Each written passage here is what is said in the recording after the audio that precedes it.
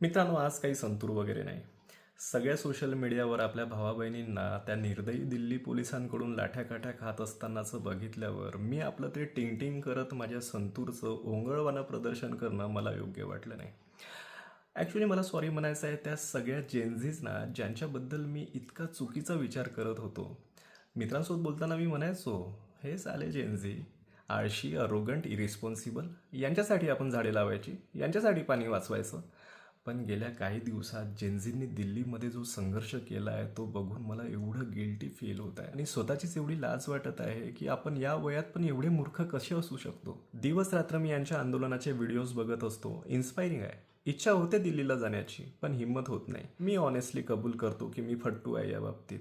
I mean, विनाकारण माझा काही दोष नसताना कोणत्याही आंडूपांडूकडून मी मार खाऊ शकत नाही.